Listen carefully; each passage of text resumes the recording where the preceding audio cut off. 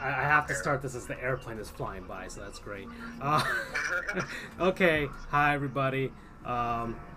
Francisco, Charles, and Andrew here, and Doug by proxy. He's somewhere out there. We should actually have a new segment called "Where in the World is Doug Solar?" I like that. We'll just do it like Carmen Sandiego. So this is Sports Goofs again, episode 9. We had some fun our last episode, and some more sports stuff happened over the week. So we're gonna have some fun with that. The first thing I do want to talk about is the Miami Dolphins are not terrible. Oh yeah, in the background we have NBA Jam, classic video game, arcade game, one of the best of all time as far as sports is concerned. And so, yeah, the Dolphins are not terrible. They pulled off what is the Miami Miracle, as they're calling it right now.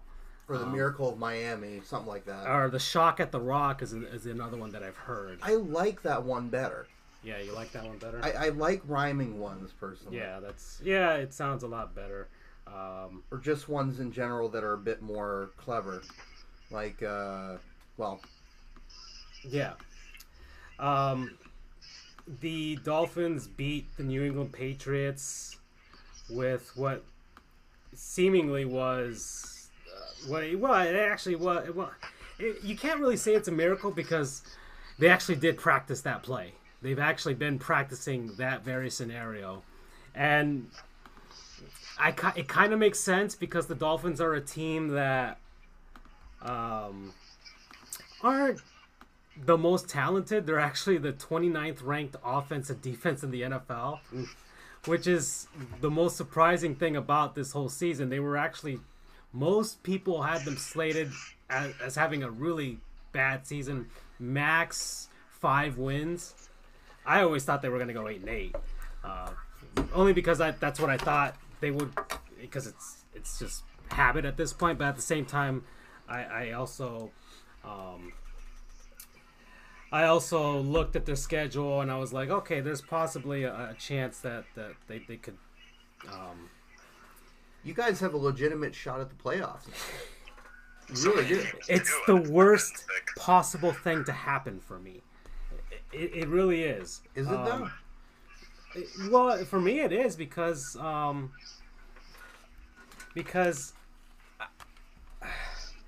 I always wanted them to tank, and now they can't, and now I have hope. They actually gave me hope. I sent it to Doug.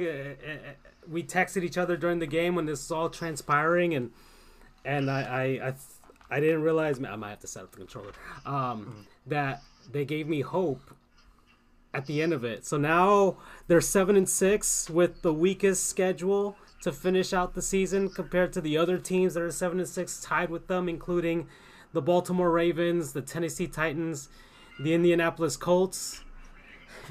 And the Dolphins are currently sitting back of the Ravens based on the tiebreaker. So, I don't know what to feel, guys. How should I feel? I'm going to chime in on this one. You should feel good that you beat New England. Sorry if I have noise in the background. You should feel good that you beat New England, but is it really a product that you guys were that good or New England was that bad? And it's a question that kind of raised because I watched the game and I loved every bit of it coming into last minute because I'm always a big fan of sticking it to Miami, but it's just so competitive, and this is one of those, and I can speak it for myself because the Tennessee Titans, you know, for those out there, that's my football team. We beat. Wait. What? The Titans are your team? Yeah, you didn't know that? No. Well, what are you? I'm a Titan fan. You know, I can speak to us having the big wins, such as against New England, and also just, you know, completely get destroyed the following week. So this could be the setup for the gotcha game for whoever the Dolphins play this week. Which I'm looking at the schedule now. The Minnesota Vikings. Yeah, and they look terrible, but watch them firing John DeFilippo just means that they're going to turn up on you. But it's good because, I mean, your record, you've beaten a couple of teams that are in contention for a wild card spot, and it goes to show that you can go one-on-one with a powerhouse powerhouse. The supposed powerhouse in the AFC. I mean, finishing out, you're going against the Vikings. That's winnable because the Vikings just seem to stall. You got Jacksonville. That would concern me. That seems like the gotcha game because every like 6 games, the Jags just kind of wake up, beat a team, go from there. And then there's the Bills, and it went down to a Charles Clay can't catch the ball in the end zone. A very catchable ball. Some people don't feel that Allen had enough room for that game, but tread lightly. That's all I can say, because that's how I'm treating it. Gosh. For my team, because the Titans themselves, we're 77-6 right now. I feel we need a lot of good luck because we lost to you guys and we lost to the Ravens. So we are really hoping for some stuff, and we lost to the Chargers. Not that anybody's going to catch them, but I look at my schedule, I feel like I'm in a similar situation. We got the Giants. Well, the Giants just kind of woke up. Beating the Redskins, and then we got the Redskins, which Mark Sanchez doesn't scare me, and then we have the Colts who'll hand us that. So that's how I feel is how you should feel, because we're vying for the same thing. Tread lightly. Okay. Yeah, I now at this point I'm like, okay, I don't know if I should be. If they end up 8-8, a lot of Dolphins fans think that's still spinning the wheels of the franchise, and for me it is. It really is spinning the wheels of the franchise. But at the very least, and they actually brought up this argument, was it might be a testament to Adam Gase as a coach, because this team was supposed to be like awful, like really, really awful, and yet here they are, right there, only a tiebreaker away from the final wildcard spot, when nobody before the season gave them a shot, and they're finding ways to win games, albeit this one was by a miracle, but they actually did practice this play, and Bill Belichick's team did not. Putting Gronk in the safety position, which, oh god, the memes, what was it, the Tecmo Bowl gif that they made, or the video showing the Tecmo Bowl version of that play with Gronk at the end with his face planted into the ground. That's is there going to be a Gronking? Is it like Bradying before then? I don't know, but it's fantastic. I mean, I have nothing against Gronk as a person. No, but seems like a cool guy to hang out with. Yeah. But that was just, aside from Brady, Gronk is the symbol of the Patriots. So to see him just get absolutely torched is amazing, and I love it. But I mean, it should be expected though, just from position. But Belichick, I think he just thought you Dolphins didn't have that heart. He just kind of gauge on him, like it's gonna be a Hail Mary. Why would it be a Hail Mary? I haven't seen Ryan Tannehill be able to drop a bomb that far out ever, really. But it goes to show that not being prepared and games that you might consider to be won, they probably should have gone for the touchdown really at the end instead of going for the field goal, and they might have gotten it because they were tearing up, the secondary near the end. But it's good for the Patriots to have this happen now, even though I feel that if they can't win out for the 1 or 2 seed, they're going to have a hard time in the first round of the playoffs. But for the Dolphins, I mean, back to your original point, look at Adam Gase's first year. He went 10-6 with a completely different unit. He had a healthy Ryan Tannehill. Jarvis was still on there. You should kind of expect them to be a little bit competent, especially since they haven't been killed that much with the injury bug. Right. What I will put testament on to Adam Gase for is that finding a way to win, like at least to survive with Brock out there, Osweiler when he was there for a couple games, but just putting the chance on Frank Gore. Frank has been killing. No touchdowns this season, I believe, except for the passing touchdown that he had in a prior game. But he's keeping consistent. He's running the Adam Gase plays, but there's a little bit of creativity, and the defense isn't atrocious, but it's the same problem every year. There's no real pass rush, and aside from with Xavier Howard, your secondary can be kind of meh every now and then. I mean, Minka Fitzpatrick, though, is showing that that was a good pick, at that position this Yeah. year. No, I mean, I always thought it was a good pick too, but yeah, go ahead. Yeah. I just feel the problem is that you guys shouldn't spin your wheels that, hey, we need this if you guys go A&A again, because that's where you were with the Philbin era, this Braun era. You went one-time playoffs at Gase. I think Gase gets a lot of,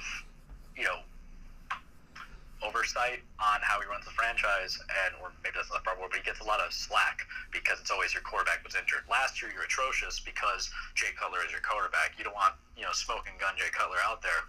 This year it's going to be, we had Brock Osweiler start him for like 5 games. So it kind of feels like if this is the year for a hot seat, it's always going to be like, but your quarterback's injured, we give you another chance. So I think, whatever happens this year, playoffs or not, Adam Gase shouldn't feel too comfortable come next year.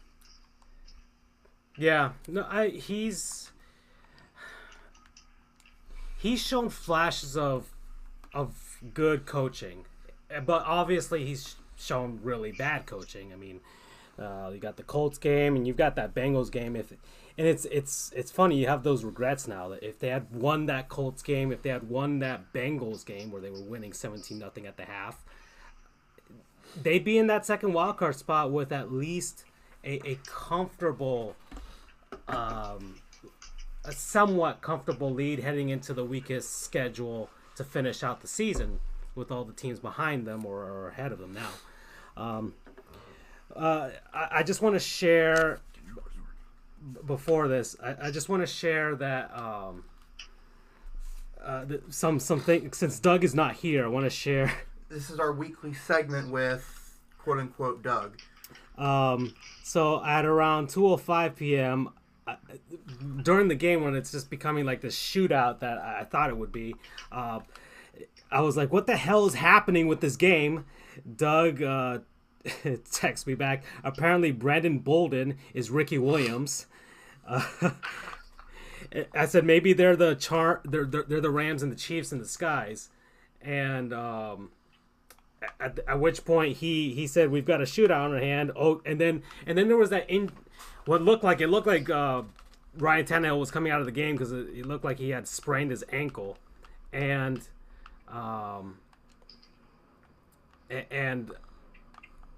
eventually he did come back, and so then he put oh god it's Brock time, and then I put when the game ended I put what, and he's like oh my god I don't know what to do, and I said oh no I might have hope again, and he's like why don't we give the ball to Drake more? I said I don't know, we should pretend we're playing the Pats in Miami every season and for every game, and then he put that and we should wear our throwbacks.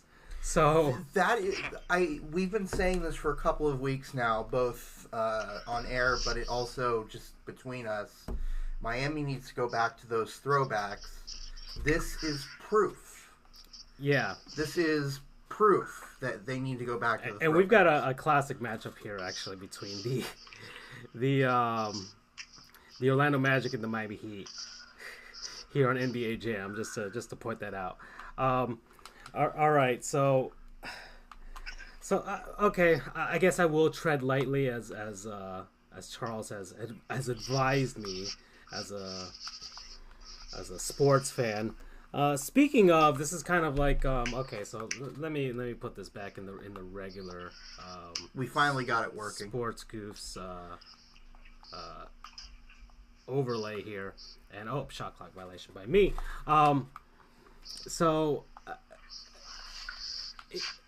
There's a lot of talk on sports radio as to how people felt about it and the memes and all that stuff, and I gotta ask you guys from a personal standpoint. And so that's how you pass. How do you pass? I think with the trigger, the R trigger. So have you guys ever cried tears of joy from a sports game? Personal thing. Have I cried? Yeah. No. Have I come close? Numerous times. When was your closest?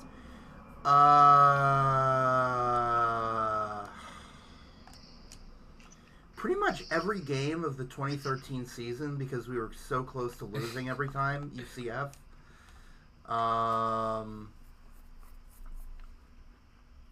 That's about it. Well, the USF game last year, the Memphis game last year in the conference championship, Okay. the whatchamacallit, the Memphis conference championship this year, and the regular season game, and the Auburn game. So most of Anything that UCF does, right, that's successful. well, it's the close ones that mean the most, because we're so close to I don't know losing, why I shot that, but sure. and we just end up pulling a win out of nowhere, and it's just amazing. Let's see. For the Rays, it'd probably be winning the ALCS and going to the World Series in 2008. Okay. For nothing really for the Jaguars. Why did I shoot that? I don't know. Oh, but you might have actually made it. Actually, it was a good play. All right. And then, who else do I like? I forget. Crap. Why'd I pass it to you? Oof. Nice. That's about it. That's about it, yeah, because those are your teams. You're not really a big NBA fan, even though we're playing this.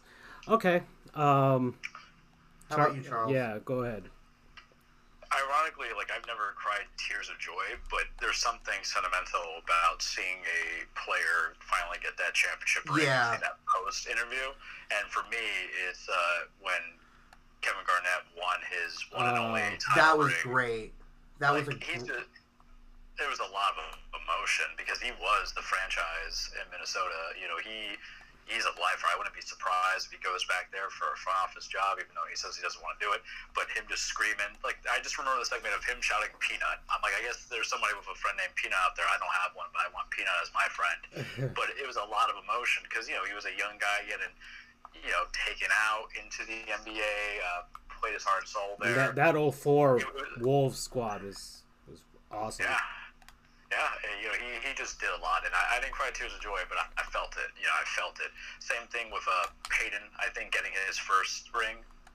You know, because these are good, outstanding people. You know, sports rivalries aside, you know, these are good people that you're supporting. It's not like I'm supporting, you know, a person who's not of good quality and character that I know of, at least. You know, you just feel, you have that feel-good moment that comes in. It's that finally sensation. It would have been the sensation I have if, like, for example, Ichiro ever got a title, but that's probably never going to happen. But, you know, when he got to the Yankees and he went back and forth, you kind of hope, you know, because that's what you want, because these are good, outstanding human beings who you're knowledgeable, but we've seen, and that would be emotional. But for me, it's always going to be Garnett and then Manning a little bit. Not the second one. Well, the second one was also kind of emotional, too, because I think everybody knew he was riding off into the sunset. Yeah. So, yeah, he played atrocious, but you still like the fact that your guy made it. So that's it for me. I don't really have anything in baseball that kind of pops out into my head because it's weird with baseball. I think you can connect to certain players, but not on an emotional standpoint, because usually once the World Series is over, even if it's my team winning, I'm just like, all right, I'm tired. It's like 1 in the morning, I'm out. Okay. Actually, well, I'd like to add to that the Ray Bork. Oh, yeah. That was amazing. I loved that. Yeah, for me, it was Ray Bork was great. It was Alex Ovechkin. Yeah. Yeah. I was torn about that one because I wanted the Golden Knights to win, and that would be an amazing Cinderella story. You know, they came so far, further than nobody in any organized North American sport has ever. But at the same time, I was happy for Ovechkin to finally get the well-deserved trophy. Yeah, that was probably the most. That when he lifted the cup and he's like, "Ah!" I think it was so satisfying to see. Yeah. Well, for me, tears of joy, it was Game 7 of the 2013 NBA Finals. Because I was there. And I was at Game 6 the night before. So that's what made it. And I was kind of, you know, emotionally drained, like, for that whole play. Like, the Heat were like because I know some people don't, but, like, my dog of 16 years died that summer. So I was watching the Heat like purely just to kind of take my mind off of it. I'm like, yeah, man, these guys gotta. And so we go to Game 6, and the Heat were basically my emotional distraction. And so Game 6 happens, the shot happens, and the block happens from Chris Bosh, and I can't believe what happened. So I go to Game 7, and they, there's no ifs, ands, or buts about how they won. They won that game, and so I was so emotionally drained. I just started crying. I was so happy. It's why I was never angry at LeBron for leaving. Like, those guys, got me through some tough times just being as a distraction. Sports are a distraction for a ton of people, so that was it for me.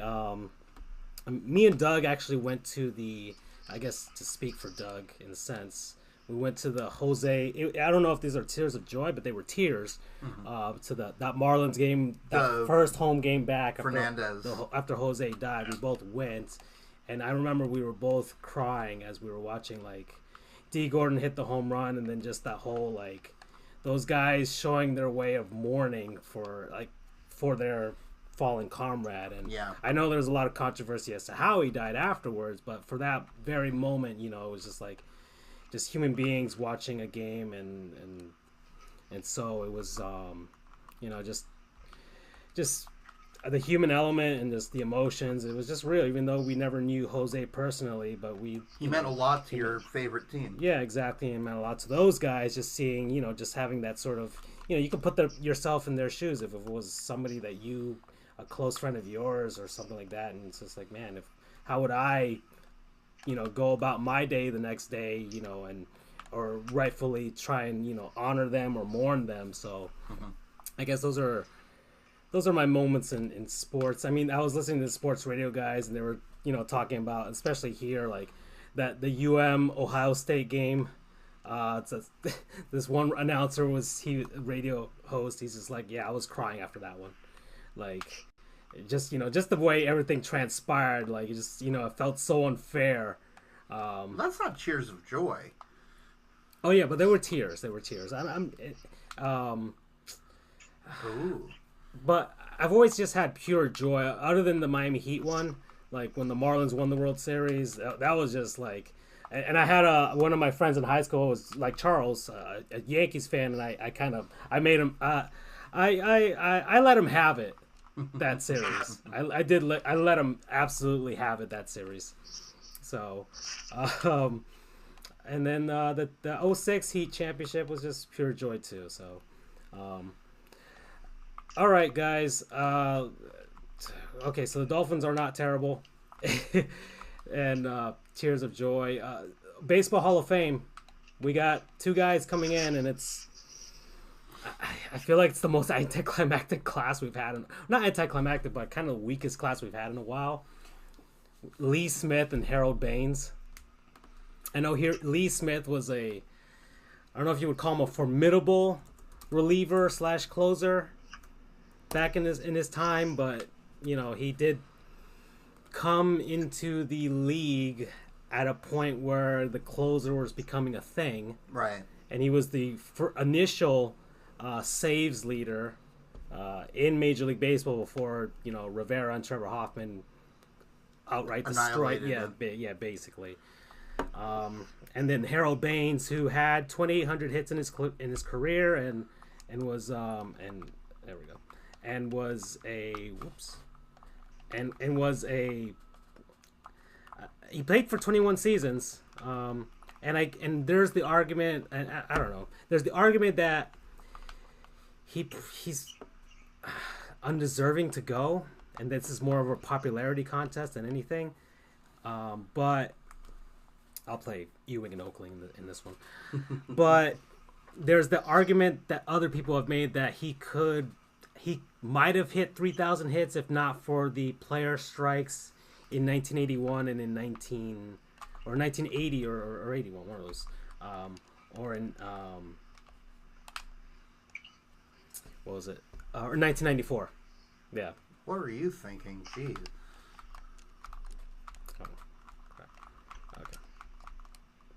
So I don't know. How do you guys feel? I mean, I don't really know these players that well, so That's another thing. It's not really our time of players. That's another thing. I mean, I will say this about the Veterans Committee. I'm glad that they've invented it. Well, this one's actually not the Veterans Committee. Well, the general concept of being able to go back after the fact. Okay.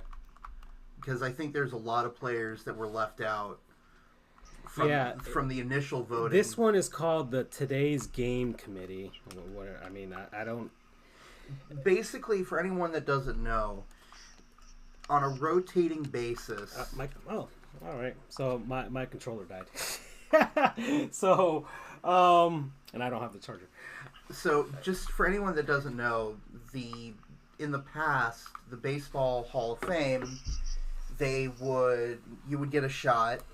You would have 15 years, so long as you had a certain number of votes from the voters, and if you didn't get in 15 years, you were done. You could never get in.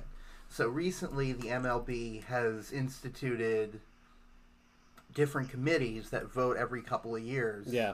So you have one for like the 1800s, right? For the early 1900s, the 40s, the 50s. So baseball historians, right? And writers, the Negro players leagues too. Yeah. So this today one is from the more recent, like within the past 25 to 30 years. So that's who voted these guys in. Yeah. So, and I think the argument on, I mean, maybe it's because we didn't see these guys play. So there is the argument that it was biased by these guys who, saw these guys play. But I don't know. I mean, there's some argument as to guys who are in the Hall of Fame right now, like Bill Mazeroski. Like, he only got in because he had a game-winning home run in the World Series. But 2,800 hits is not 3,000. But at the same time, I kind of get it, because in other leagues, like Pavel Bure, he's in the Hockey Hall of Fame. He had a pretty short career. Right. He was actually one of the first guys to come out of Russia, like that, but young. But his career was cut short due to injuries. But he still got into the Hall of Fame based on the body of work that he had, and people thinking, well, if he had stayed healthy, right, he might have been one of the greatest players of all time. I think part of it, well, for one thing, baseball's a little bit different because, as far as I know, it's the only major league that has a minimum time of service requirement. Yeah. You have to 10 years, I believe. Right. Yeah. You have to play a minimum of 10 years in order to even be eligible. But to your point, there are, like in MLB, there are players that they had relatively mediocre or pretty average careers. Right. But then they just went on an absolute tear for a few years. Like Sandy 5 Koufax. seasons. Yeah. He's the poster boy for this. He had a pretty average career, but then there was that 5 to 7 year span. He's just dominant. Where he was arguably the best the best pitcher in history. He had 4 no-hitters, tons and tons of strikeouts. But then he retired because he had arthritis in his left arm, his throwing arm. But he's still in the Hall of Fame, even though he was over that 10-year requirement.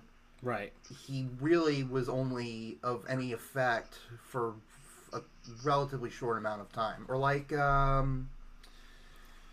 Roberto Clemente, not really, because... Well, he did reach 3,000 and he died.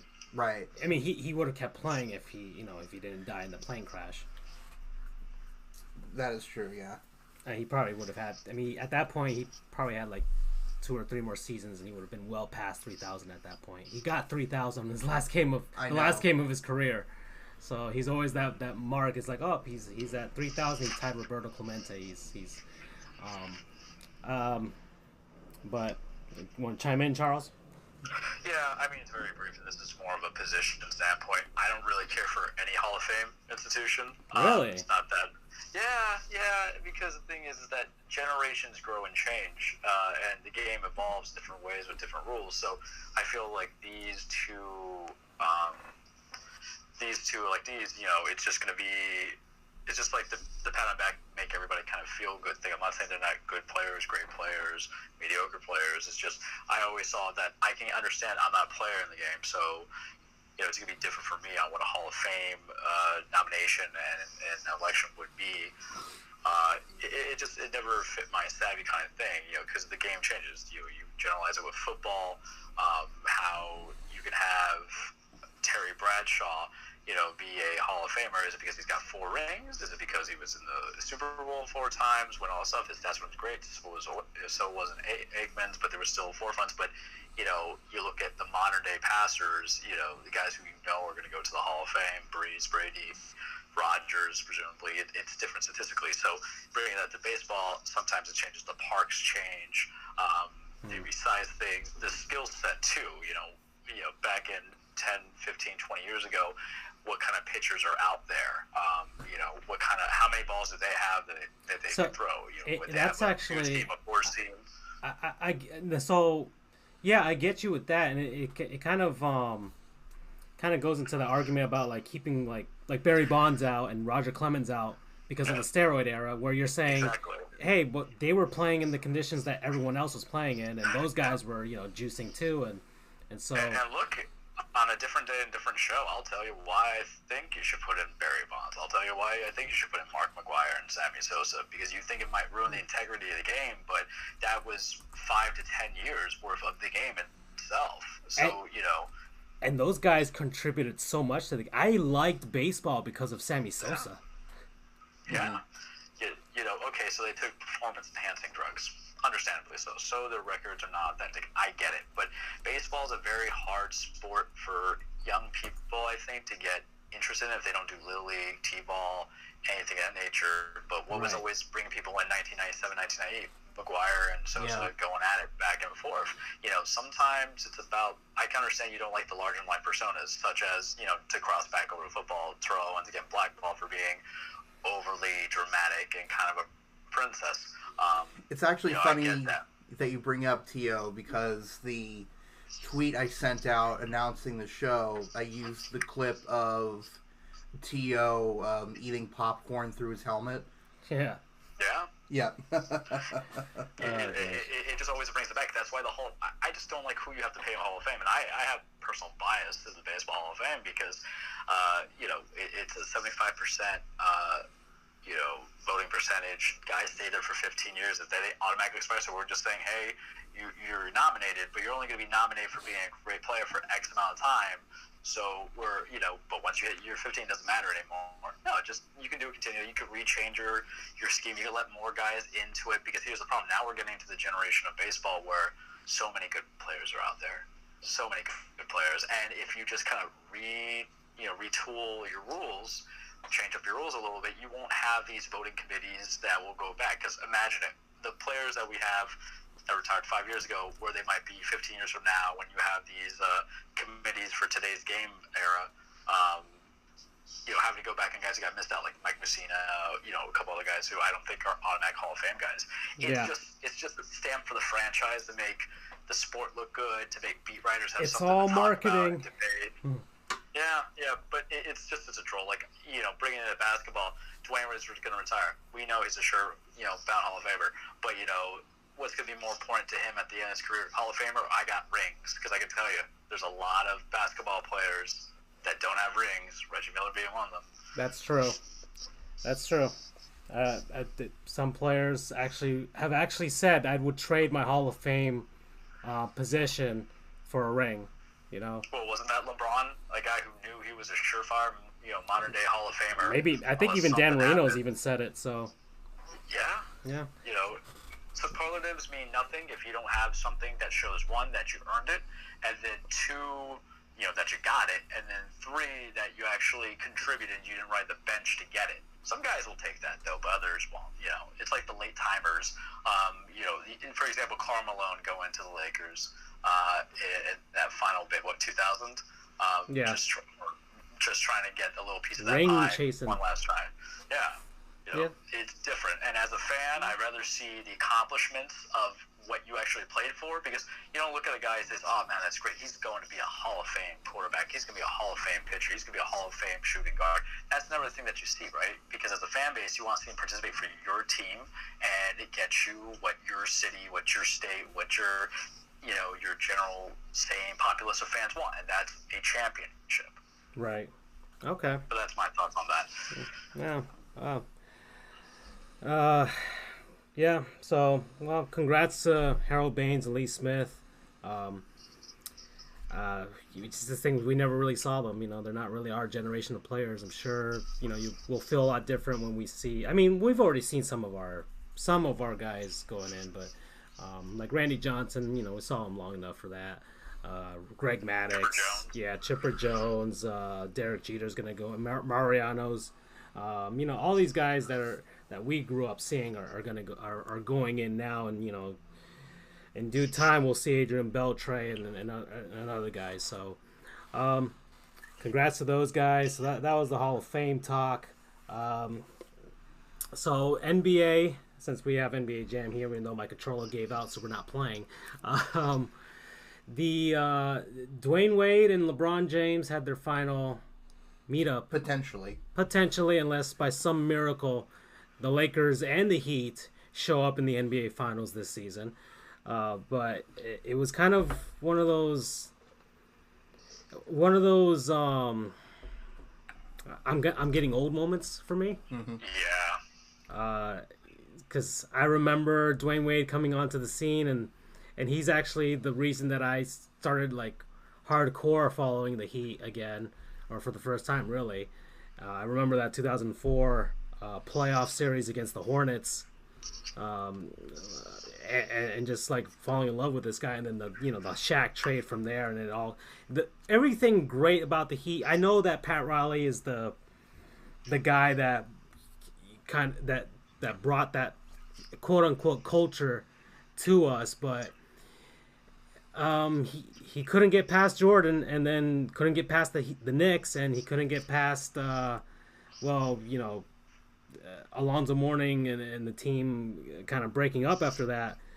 But the one thing that Pat Riley hates doing, drafting guys, and lo and behold, the one really good guy he drafts, and it's Dwayne Wade, and he basically is the catalyst for everything great that has happened to the franchise since. Yeah. Yeah. I'm going to chime in on that real quickly. You talk about emotional moments. Him retiring is going to be emotional for everybody, because you got to think this isn't just a guy who is just the face of your franchise. This guy was, I feel, and it's very safe to say, the spirit of your franchise and the constant drive of success. Because how do you think Bosch and James come here? How do you think even Ray Allen comes here? How do you think you get Mario Chalmers, who always thought he was the best guy on the floor, despite playing with the best guys on the floor, to cool down and play along? Wade is the heart and soul, and it was very surreal, because it was definitely a man, I'm getting old moment, because I can remember when they beat the Mavericks the first time for that belt, or for that championship, or that trophy, and then when the big three come together, and that hardship of, okay, we lost to the Mavericks this time, what are we going to do? And then them going together, coalescing, gelling out, and having a lot of fun. Definitely very surreal. And Wade tried. He didn't have like the best stat line, but that's expected. 6 of 19, so he put up a lot of ugly shots. But in a game like this, he's going against his buddy, but also everybody knows LeBron is one of the best. Wade will always look at LeBron as his equal and nothing more. Yeah, there was like a point in the third quarter, he had no points to that point in the game, and then he put up 15, whatever. So, and then LeBron obviously puts up 28 or whatever, what have you. But it's one of those moments where you see LeBron James, and like you said, Dwayne Wade looks at LeBron as his equal, and I think LeBron does too. LeBron, even though. Dwayne Wade is probably the only guy who could withstand him, and Chris Bosh were the only guys who could withstand LeBron's, I guess in a planetary sense, his gravitational pull. with regards to the team and his entourage and his media guys, his agents, all that stuff. You have to be a fairly selfless, unselfish team player in order to deal with that, because no matter whether LeBron wants it or not, he is arguably the greatest player of all time. I'm not even going to open up that can of worms, but we'll leave that to Stephen A. Smith or whoever. Skip Bayless. So to deal with that, and to, instead of being a big fish in a small pond, you became a smaller fish in a big pond, in a sense, because you had to share the limelight with two other guys. So that says a lot. And then I think on top of that, I think Wade's impact surpasses any physical, tangible stats. I'm looking at his Wikipedia page right now. All 3 of Miami's championships were with him. He was the only constant. And enough said. Other than Udonis Haslem, I got to throw that in. All right, thank you. I'm not a Heat fan. He's always there. But just to give you an idea, there are 4 sections of Heat history on the Wikipedia page. From 87 to 2003, 95 to 2003 for some reason, a little bit of overlap. But then Dwayne Wade era, and then the departure and return of Wade. Right. So half of the sections on the Heat's history are about Dwayne Wade. They renamed the freaking county after him for, who knows, it was like a week or something. Yes, for the free agency. I mean, it's convenient that his name rhymes with Wade, rhymes with Dade, but still, that just goes to show you he is Mr. Heat. He always will be, no matter whoever comes through. LeBron may be the better player, but Wade is definitely the heart and soul of the team. All right, guys. He's it's gonna be sad when he goes. Other than Dan Marino, he's the other, I guess, the biggest icon in South Florida sports history, and so that last game against LeBron kind of just brought all that stuff together, that the Big Four, the Big Three era, and it's kind of the first, his last trip to Los Angeles. It's kind of the first big. And actually, this road trip has been the first of the last of Dwayne Wade, where it's his last trip to Phoenix, his last trip to LA, and I guess his last trip to Utah coming up. So he's it's starting to happen now. We're already into December, and it's going to start happening. We're going to get these lasts of Dwayne Wade coming up. You have like another 4 months with him. Yeah. So I sorry to guys for this kind of a shorter episode that we're doing today, because I got something to do later, but I kind of want to get into a segment that we always do, and I think it's the most fun that we do. It's a word from our non-sponsors. So who wants to go first? Come on, guys. I'll go first. My non-sponsored person I'm going to be sponsoring is Nintendo, because I have been on Super Smash Brothers kick like crazy. I'm gonna latch on to yours, actually, because that was mine. There you go. There we go. Ladies and gentlemen, if you're looking for the ideal family gift for yourself, for your family, for your children, for your wife, whatever, you just get yourself a Nintendo Switch. $300, I'm sure there's some bundles out there. You can play everything that was iconic back in the day. You You can play the new modern stuff. That's fantastic. There's just great games are out there for single players, such as Mario Odyssey and then Breath of the Wild. Or you can get the ultimate I'm coming over, you got friends, it's Christmas holiday spirits. Pick up Super Smash Brothers, which just came out last week on Friday. If you don't have it now, what's wrong with you? You play up to 8 people. Get the old cool controllers. If you have a GameCube around, you get an adapter for like $20. It's just so much fun. 70 characters, more to come. You can change the way of how you play from having weapons, no weapons, pure skill. It's the ultimate smack talk holiday fest. Get yourself a Switch. I'm supporting Nintendo as our non-sponsor sponsor. I'm gonna piggyback onto that because I pre-ordered the game about a month ago, and the game released, and I have been playing. I might have logged about 40 hours now into the game, and it's only been 3 days, so it's already more than almost 2 days worth of playing. I've unlocked 50 characters, and I just can't stop. So, guys, it's addicting. It might be, the way that it's going, it might be the best-selling Smash game ever, the way that what I've heard. So you guys are missing out if you don't have a Nintendo Switch right now. You guys can play with us. I'll give you my friend code, okay? And so Nintendo, great job. Masahiro Sakurai, the guy who in charge of Super Smash Brothers, he's a saint. We don't deserve him, okay? We'll never ask for anything from him ever again, because he put almost every single thing in this game. And yeah. Except for Waluigi. That's what we'll ask of him. Hey, Shin, welcome. Okay, yeah. Sorry, Shin, we're kind of coming to the end of this, but go. Okay, well, we have to throw in the rest of our segments at least. We're actually going to throw that in too. But all right. My non-sponsor of the week would have to be the city of Orlando. Okay. I went up there this weekend for business and tourists. We're gonna chop this up and send it to the tourism board. Exactly. And just going up there really recharges my batteries. Even though it was a really work-filled weekend, I didn't really get to have a lot of fun, visit my old stomping grounds. Just seeing kind of the wide open spaces. Actually, you can see sky and you can see green, forestry. Traffic jams are less existent than they are in Miami.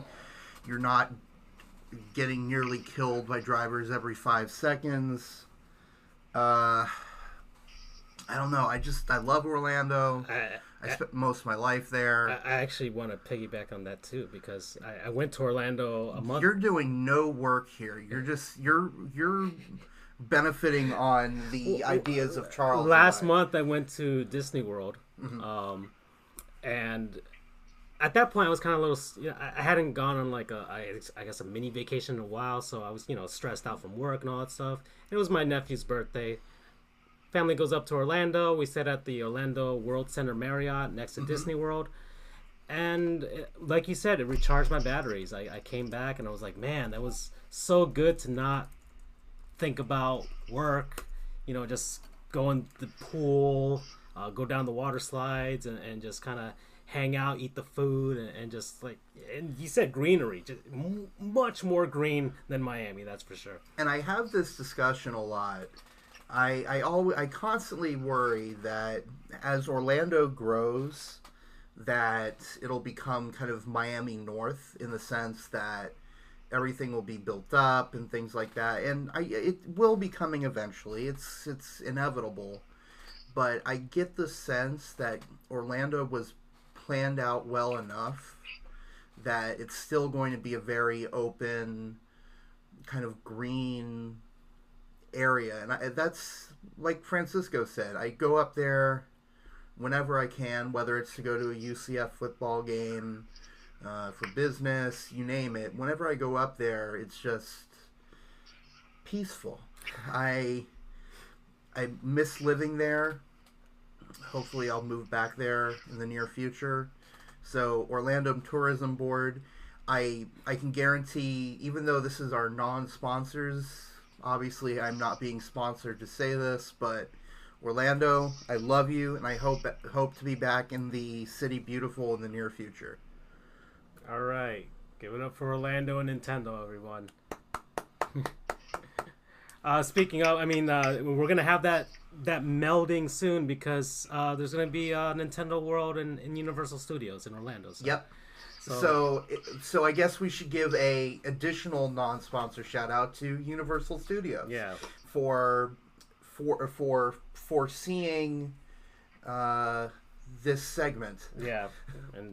And Shin wants to add in that. Hey, that rhymed.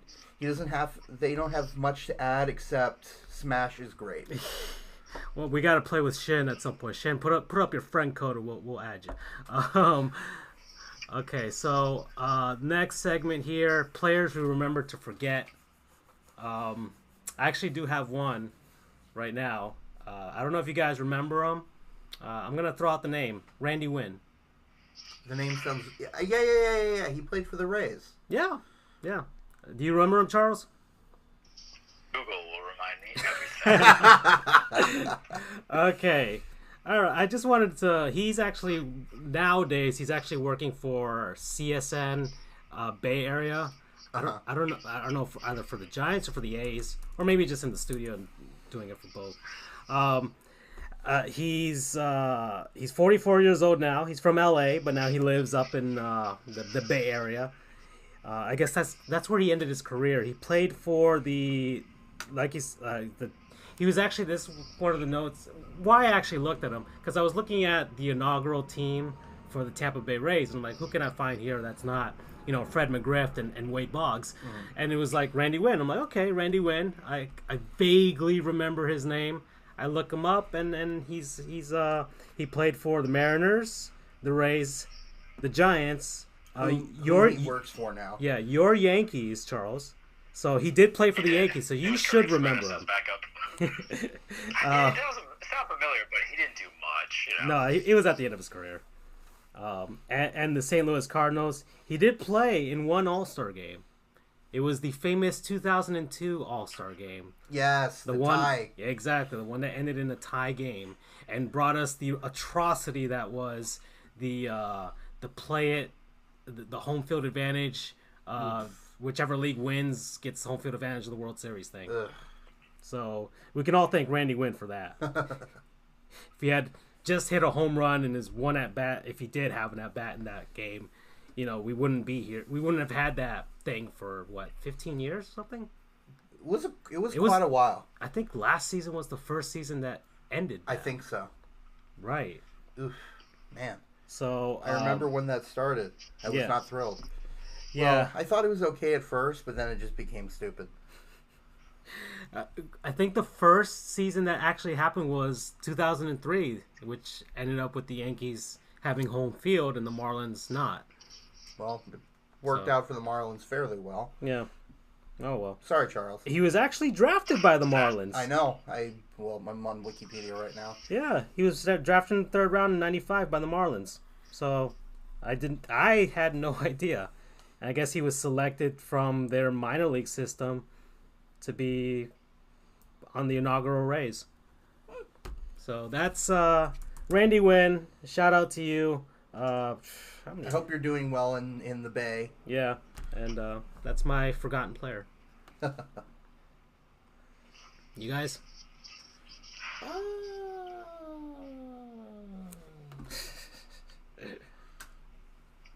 I don't necessarily have anybody this week since we're on a shorter time span. Yeah. Okay, guys. Randy Wynn's good. Randy Wynn is my player that we forgot. That's all. Your guys are piggybacking me now. Yeah. So okay. it all evens out at this point. Okay. All right. So who else we got? I kind of have to cut it short here, guys. Can we do a few college team names? Okay. Let's see who's playing tonight.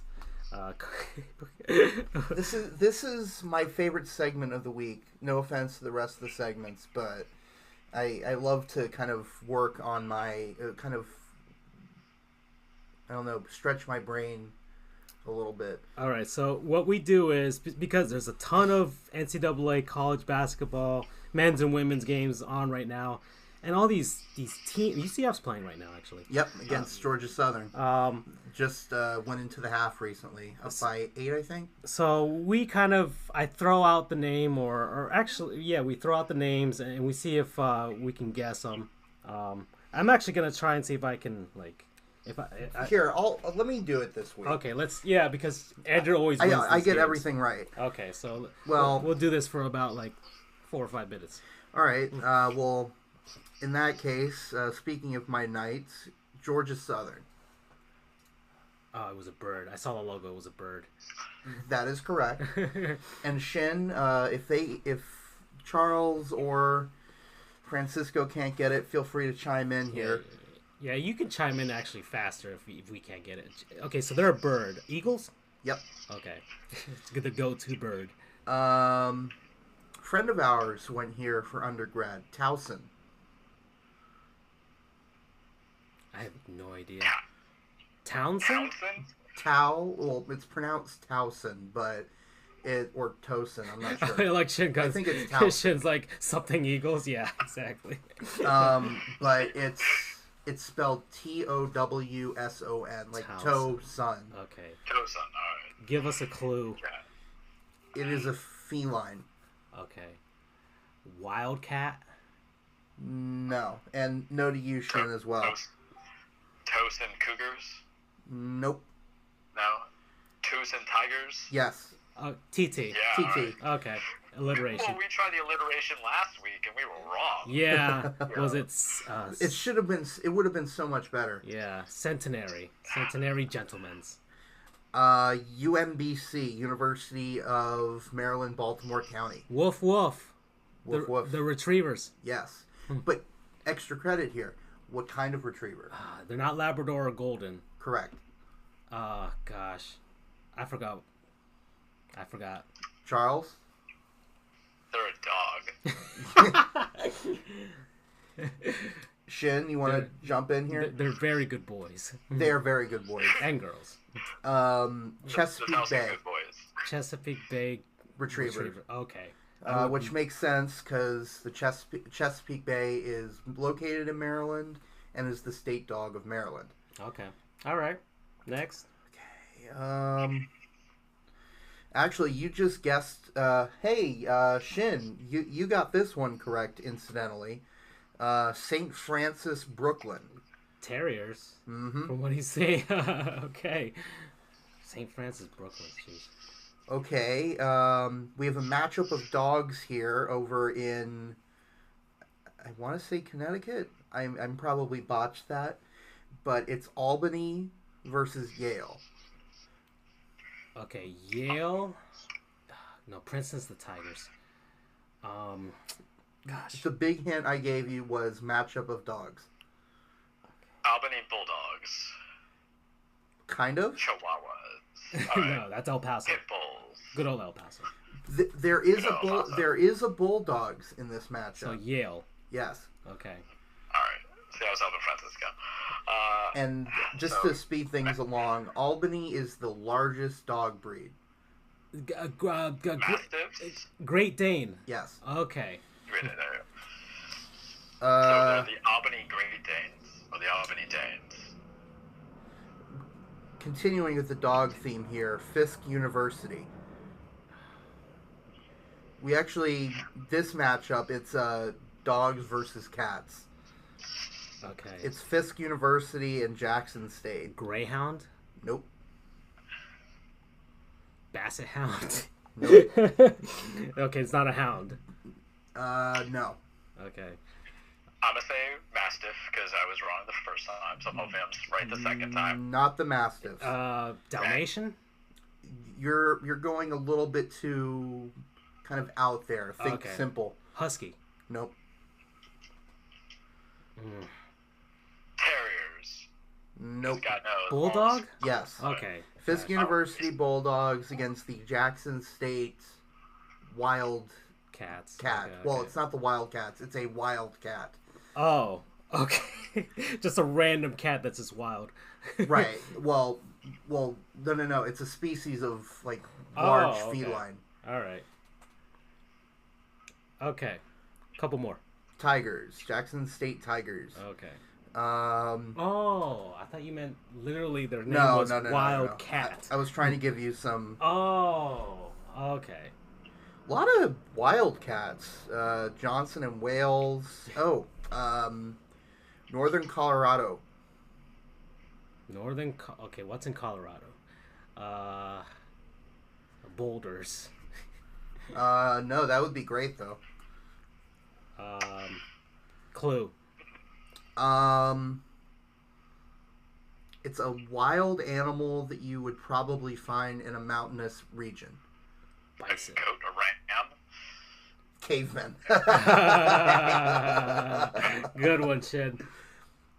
Bison? No. Although the Bison of North Dakota State are headed to the FCS semifinals, so quick shout out to North Dakota State.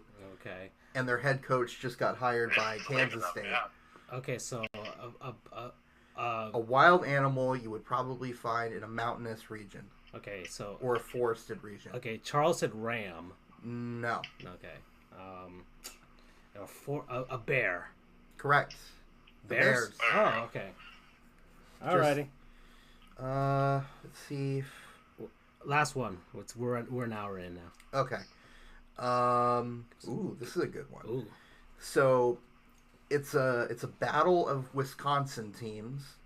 We have University of Wisconsin Stout Okay. versus Green Bay. So, who are the who? Gosh, Green Bay. I might have heard of them, but I can't. It's a mythological creature. I'll tell you that. Griffin. Close. Centaur. No. Cheese Lords. Minotaur. Minotaur. Shin said Cheese Lords. Cheese Lords. I'll It's a give great minor league name, that's for sure. I'll give everyone one more guess. If you guys know what Elon University, it's the same nickname. Pegasus. Charles, one more shot. Greek mythology. Apparently, 1997 Hercules did not educate me more than it should. I'll give you one more Pegasus, hint. I'm going to say Basilisk. There you go. No, No, I'll that give might you not be Greek. the Musks. No. I'll give you one more hint. It's a major character, animal character in the Harry Potter series. Owl. Nope. Oh. Phoenix? Yes! Very good, my friend. Okay. There you And go. then they are playing Wisconsin Stout. They share a nickname with a very good basketball team in North Carolina. The Blue Devils? Correct. They're the Blue Devils too? Yes. Oh, God. I didn't know that. Maybe that's a recruiting tactic. I'm going to go play for the Blue Devils. So, yes, that one is the Wisconsin Stout Blue Devils against the Green Bay Phoenix. That'll be... Actually, that just began. It starts at 8 p.m., and I think that's a good segue into, unfortunately, cutting this episode a little bit short. Yeah, thanks, guys, for joining us. I promise we'll have a longer one next week, and we'll have a lot more to talk about, but I have to cut this one short. But Thanks, Francisco. thank you to Charles and Andrew for joining me, and Doug by proxy.